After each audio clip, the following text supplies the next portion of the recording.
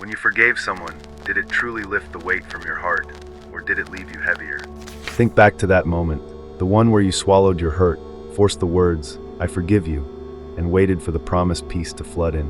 Did it come? Or did you feel something else? A knot tighter than before, a shadow lingering where light should have been? We're told forgiveness is a gift, a key to freedom, a balm for wounds. But what if it's not?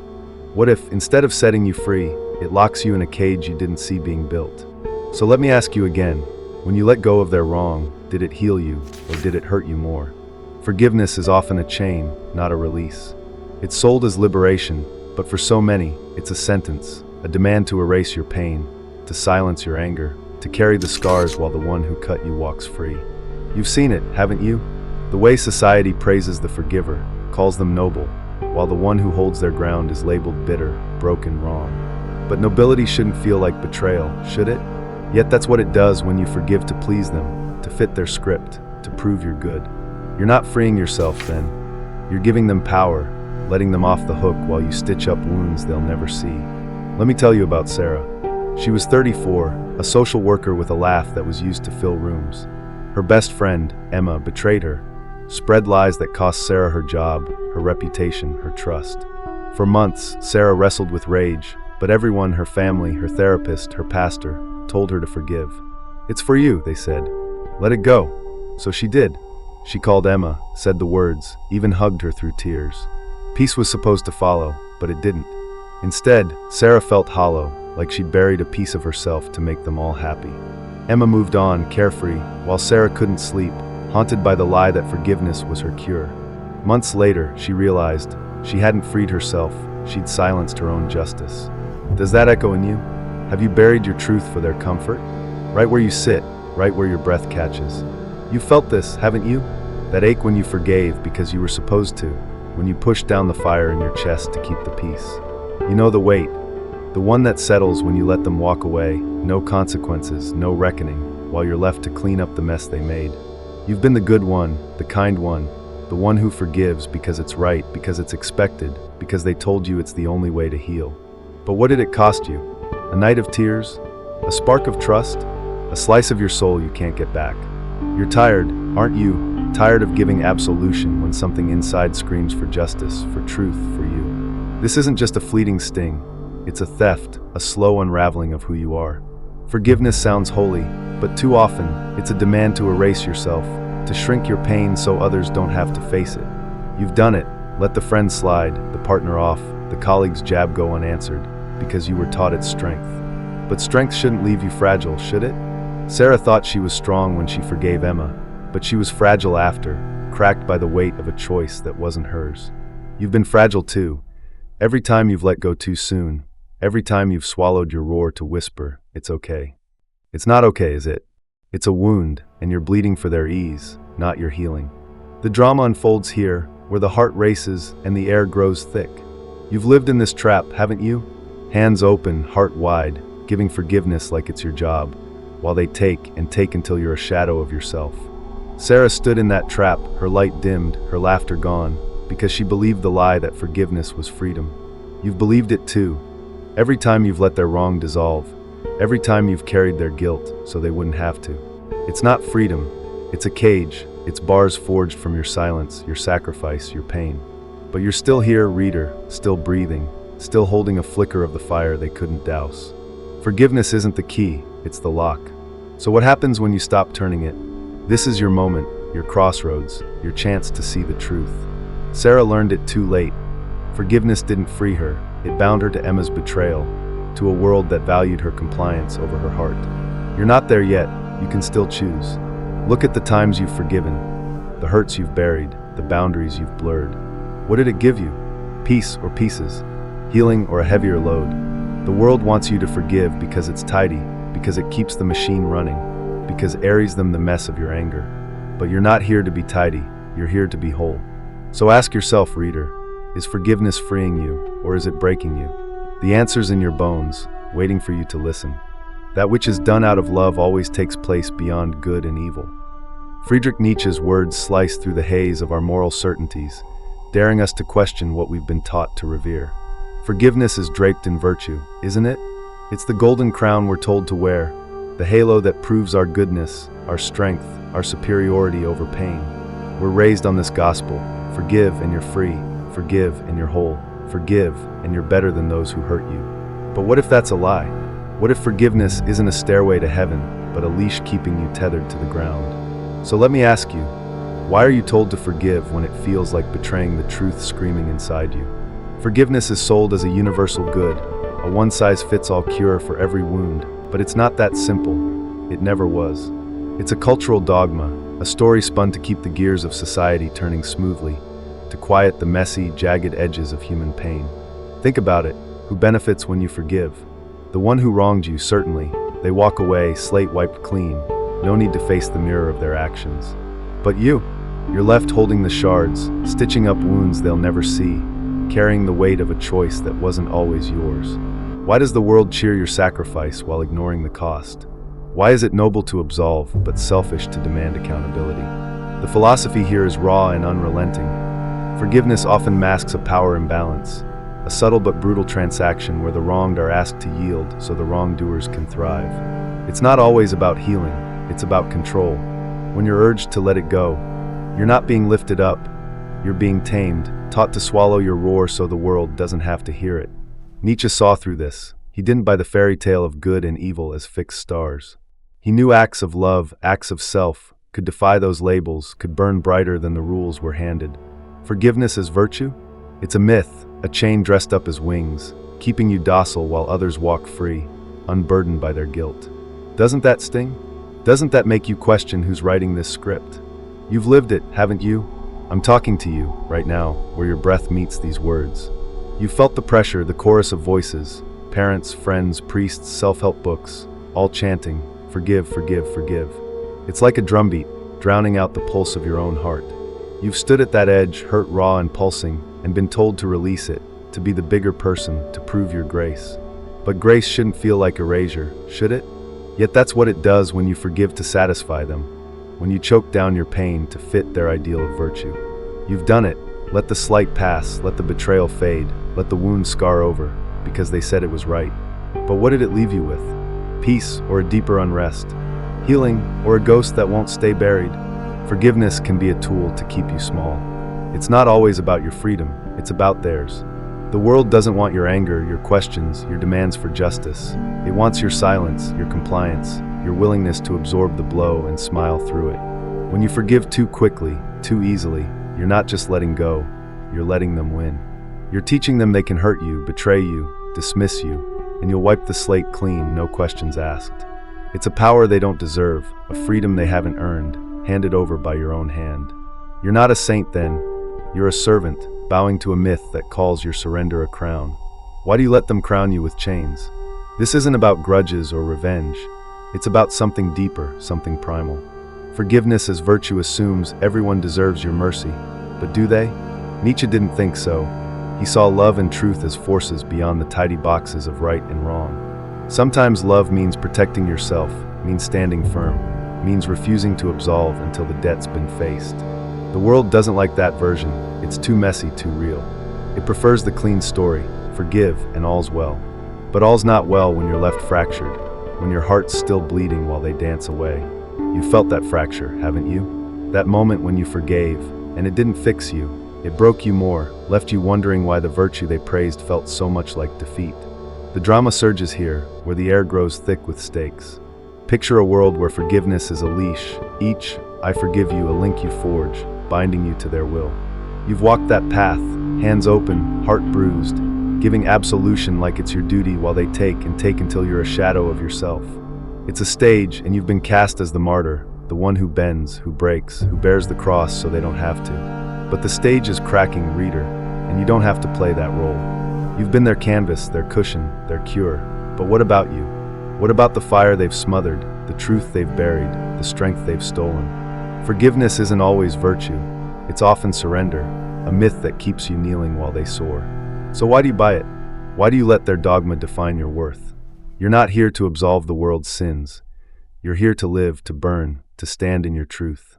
Nietzsche's love wasn't soft, it was fierce, a force that defied the chains of good and evil. Your love can be fierce too, love for yourself, for your pain, for the boundaries you deserve to set. The myth of forgiveness as virtue wants you pliable, reachable, tame. But you're not tame, are you? You're a storm waiting to break, a voice waiting to roar. The world's been writing your lines too long. It's time to tear up their script. What happens when you stop forgiving on their terms? What happens when you choose your truth over their myth? The answer's a revolution, and it starts with you. Every time you forgive, what do you leave behind?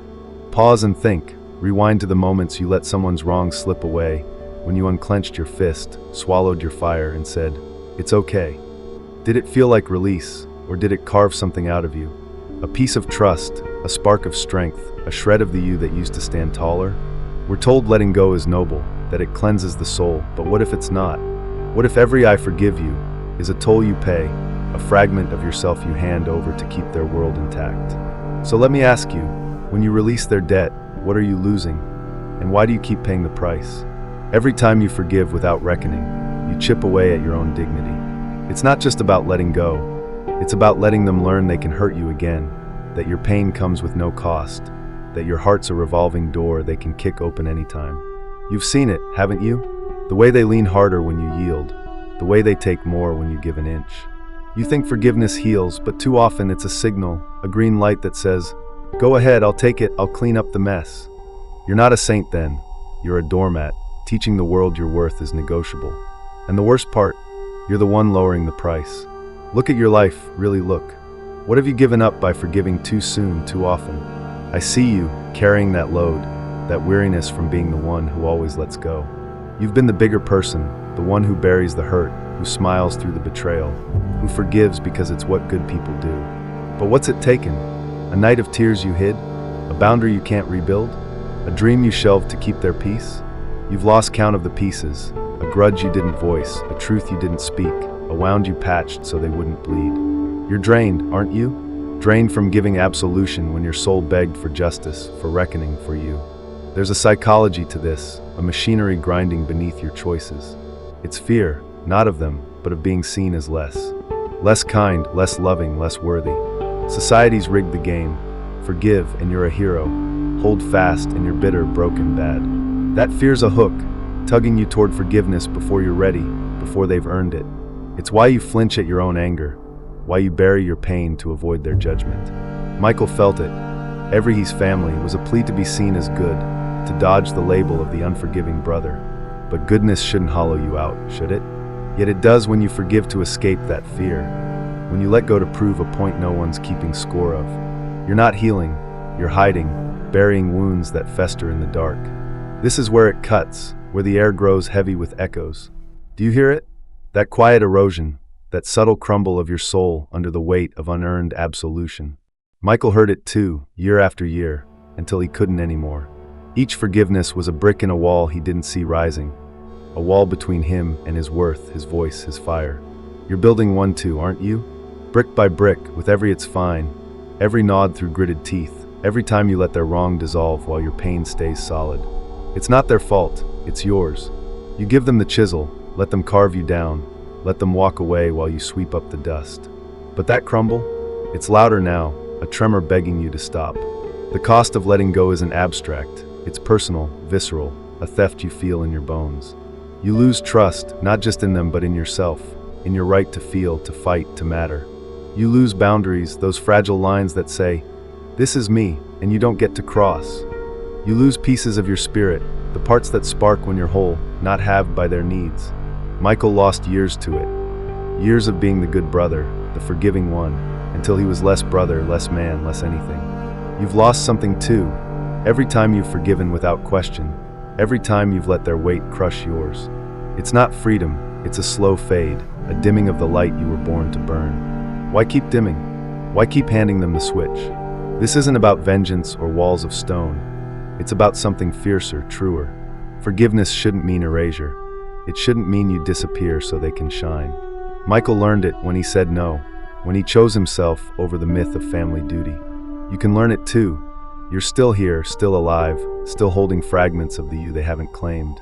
The psychology of fear wants you pliable, but you're not clay. The world wants you forgiving, but you're not their servant. What are you losing when you let go? Everything: trust, strength, the you that fights back. But you don't have to lose anymore. Stop paying their toll. Keep something for yourself. and watch how fast the world learns your heart's not theirs to break. The world trembles when you stop forgiving and stand unapologetically in your truth. It's not a whisper or a ripple, it's a roar, a seismic shift that cracks the earth beneath their expectations. You've been their healer, their balm, their bridge over the chaos they've sown, but no more. Now you rise, a tower of fire and bone, unyielding, unbroken, refusing to carry their weight one moment longer.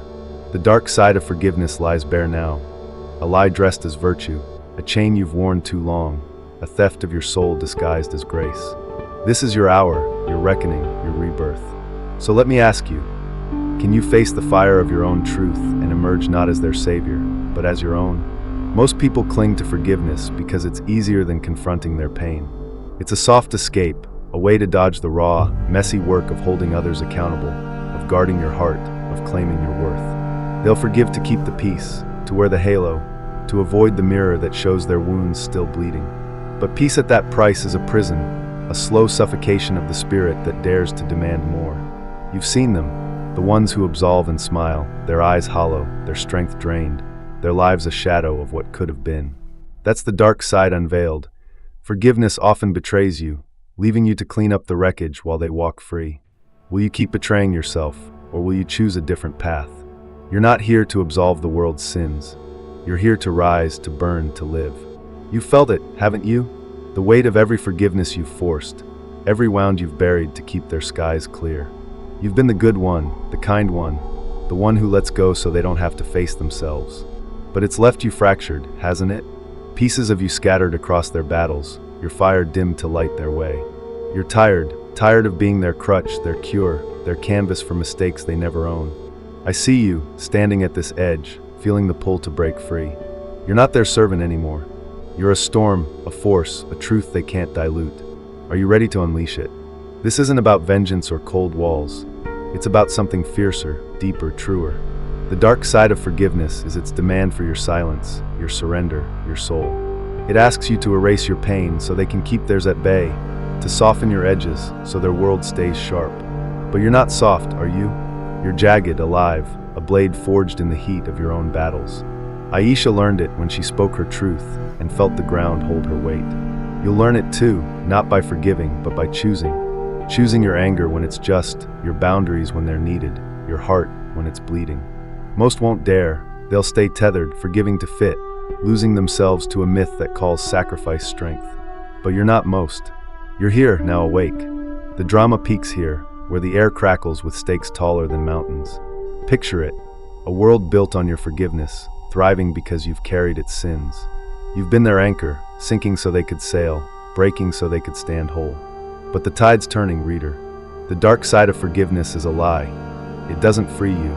It binds you, hands you over to their whims while your wounds fester. You've seen it, every time you've let go too soon, every time you've smiled through the hurt, every time you've given them a pass while your soul paid the toll. It's not healing, it's a slow death, a dimming of the light you were meant to blaze. Can you hear it? Your heart, pounding, begging you to stop, to stand, to choose yourself before they choose for you. This is your call, your crossroads, your fire. You're not here to mend their cracks. You're here to forge your own. Aisha didn't forgive her co-worker. She claimed her worth and watched the world shift. You can shift it too. Stop wiping their slates clean. Start writing your own story. The psychology of forgiveness traps you in fear. Fear of being cruel, of being alone, of being seen as less. But less isn't your name. You're vast, unbreakable, a force they haven't met yet. Most will falter, clinging to the ease of absolution, but you're different. You're here to burn away the lie, to stand in your truth, to guard your soul like the treasure it is. So choose yourself. Not tomorrow, not when it's safe now. Let the dark side of forgiveness crumble in your wake. Drop the chains they've draped in virtue. Lift the fire they've tried to douse. You'll lose some, the ones who loved your weakness, who fed on your grace, but you'll gain everything. Your voice, your power, your you. The world doesn't need another forgiver. It needs a warrior, a beacon, a soul that dares to say, no more. Aisha chose herself and became a flame no one could touch. You're next. Step into your truth, fierce and unapologetic. Let your heart roar, your boundaries rise, your life be yours. Choose yourself and walk a path where no one dares wound you twice.